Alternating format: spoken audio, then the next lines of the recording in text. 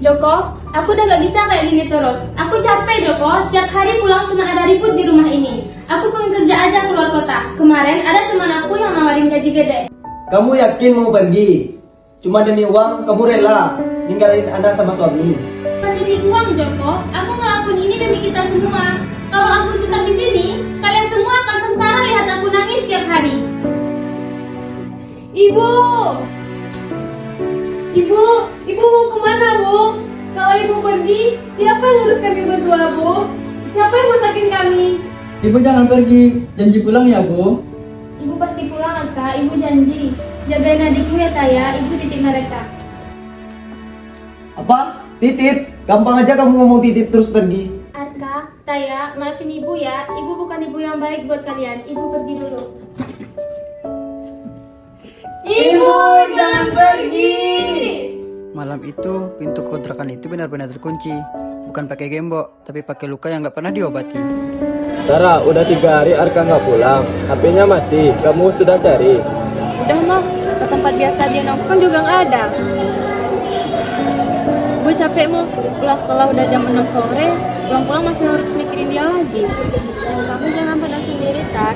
Arka butuh kakaknya, bukan orang yang menyerah. Gue bukan nyerah, Nay. Gue cuma nggak tahu harus ngapain lagi. Ayah datang mabuk, ibu udah 2 tahun nggak pulang. Rumah kita udah kayak hotel, tau nggak? Datang, tidur, lalu pergi. Gawat, aku barusan lihat Arka di taman kota. Dia sama Dika lagi berantem sama preman. Apa? Ayo kita ke sana sekarang. Bayar utangmu yang 500.000 sekarang. Kalau nggak tanggung gue petak. Udah gue bilang uang gua nggak ada. Udah, lawan aja daripada ditindas terus. Woi, lepasin adik gue. Lo siapa? Sok jago. Gue kakaknya, lo mau apa? Bayar utang adik lo sekarang. Oke, nih gue bayar. Nah, gitu dong. Tari, itu kan uang buat bayar kontrakan kamu bulan ini. Gak apa-apa, Nay. Gue rela kehilangan rumah daripada kehilangan adik. Maaf ya kak, gue bikin malu. Oh, pahlawan udah pulang. Kemana aja Tara? Gak ngurusin adek. Ayah, jangan gitu. Lihat Arka, dia hampir aja dipukulin orang. Cukup. Ibu pergi ya pergi. Lah, terus gue yang salah. Gue kabur karena di rumah gak ada yang peduli. Diam, Arka. Ayah, udah. Jangan bikin tambah berantakan lagi. Berantakan? Rumah ini berantakan sejak ibu kalian pergi dan pilih kerja.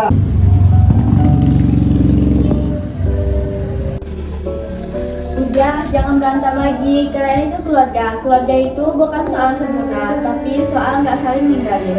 Ya, lihat Tara. Dia rela bayar utang kakak dengan gajinya. Itu baru kakak. Kamu masih mau urusin mereka, Tar? Padahal ayahmu ini pecundang. Ayah mau pecundang atau bukan, ayah tetaplah ayah kami. Tapi mulai sekarang, kalau ayah datang, datanglah sebagai ayah, bukan sebagai masalah. Itu dia, itu kalimat yang sama persis saya bilang 2 tahun lalu waktu ibu pergi. Kakak ingat nggak waktu ibu pergi nangis-nangis pas hari hujan? Udah, Arka, jangan diungkit lagi. Ayah juga salah. Ayah nyalani bukan dia di depan kalian. Ayah biar nggak kelihatan lemah aja. Nah, itu dia masalahnya. Kalian simpan luka sendiri-sendiri. Gak ada yang mau buka pintu dulu. 2 tahun kemudian, ibu pun pulang. Ibu! Maafin ibu ya. Ibu baru dapat libur 3 hari. Ibu dengar dari Bimo, kalian lagi berantakan ya? Ibu mau bilang, beneran. Ibu gak bisa janji tinggal lama, tapi ibu minta maaf. Ibu pergi karena ibu pikir kalian lebih baik tanpa ibu. Ternyata ibu salah. Bu, rumah ini berantakan gak ada ibu. Mulai hari ini, kita beresin pelan-pelan ya, bareng-bareng.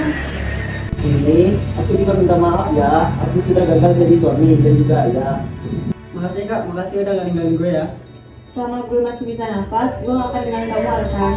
Rumah ini kecil, tapi malam ini rasanya sangat besar. Iya, soalnya isinya udah nggak cuma tembok, tapi orang-orang yang ingin saling pulang. Broken home itu bukan akhir. Tapi, awal dari orang yang mau buka pintu dan minta maaf. Pintu kontrakan ini mungkin memang sering terkunci, tetapi malam ini pintu hati kita udah terbuka.